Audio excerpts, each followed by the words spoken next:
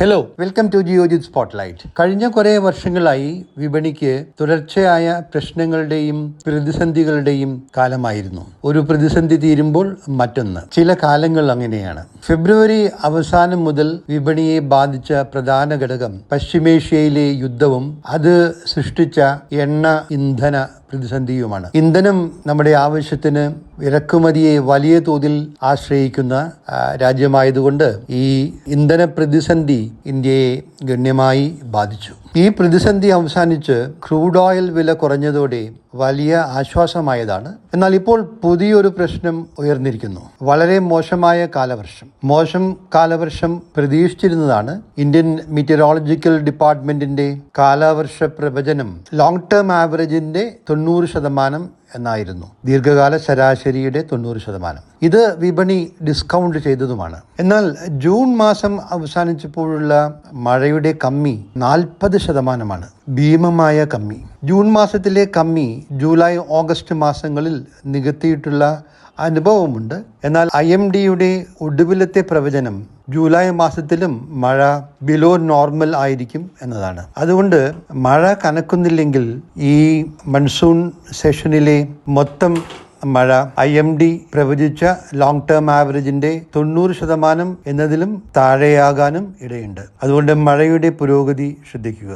മഴ മോശമായാലും അത് വലിയ പ്രതിസന്ധി ഒന്നും ഉണ്ടാക്കാനിടയില്ല. അതിന് ചില കാരണങ്ങളുണ്ട്. ഒന്ന്, ഇന്ത്യയിൽ ഇപ്പോൾ കൃഷി ചെയ്യുന്ന 55% കൃഷിയിടങ്ങളും ഇറിഗേഷന് കീഴിൽ വരും. ഇവയ്ക്ക് ജലസേചനം ലഭ്യമാണ്. 2, ഡാമുകളിലെ ജലനിരപ്പ് നല്ലതാണ്. കഴിഞ്ഞ 2 വർഷവും എബവ് നോർമൽ മഴയായിരുന്നതുകൊണ്ട് ഈ ഒരു അനുകൂല സാഹചര്യമുണ്ട്. 3, ഇന്ത്യയിൽ ഇപ്പോൾ ആവശ്യത്തിലധികം ഭക്ഷ്യധാന്യ ശേഖരമുണ്ട്. അതുകൊണ്ട് ഭക്ഷ്യക്ഷാമമോ ധാന്യവിലകളുടെ വിലക്കയറ്റമോ ഉണ്ടാകാനിടയില്ല. എന്നാൽ പച്ചക്കറി വിലകൾ വർദ്ധിക്കാം.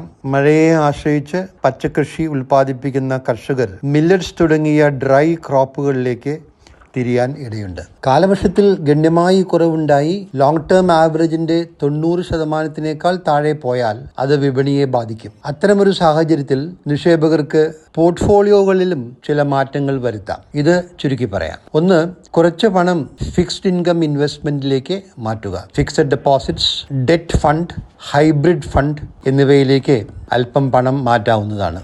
2, മോശം കാലവർഷം ബാധിക്കാവുന്ന മേഖലകൾ ഒഴിവാക്കുക അല്ലെങ്കിൽ കുറയ്ക്കുക. വളങ്ങൾ, കീടനാശിനികൾ, insecticides, pesticides, tractors, entry level 2 wheelers തുടങ്ങിയവ. ഇത് സൂക്ഷിച്ച് വേണം ചെയ്യാൻ. ഉദാഹരണത്തിന് മഹീന്ദ്ര ആൻഡ് മഹീന്ദ്ര വലിയ ട്രാക്ടർ കമ്പനിയാണെങ്കിലും M&Mന്റെ പ്രധാന വരുമാനവും ലാഭവും വരുന്നത് ഓട്ടോമൊബൈൽസ് നിന്നാണ്. And automobiles are doing well. അതുകൊണ്ട് മോശം കാലവർഷം M&Mനെ ബാധിക്കണമെന്നില്ല.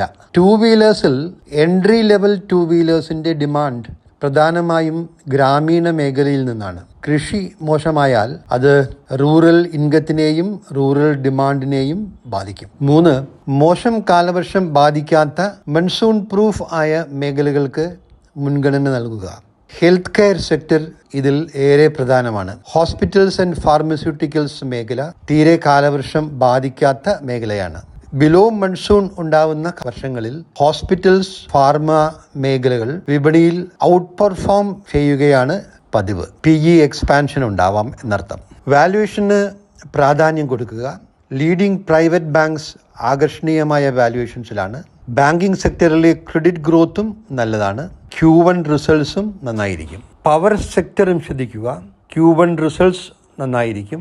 Demand continues to be good but valuations are high. ഇത് ഡിഫൻസ് മേഖലയ്ക്കും ബാധകമാണ്. Demand will be good but valuations are high.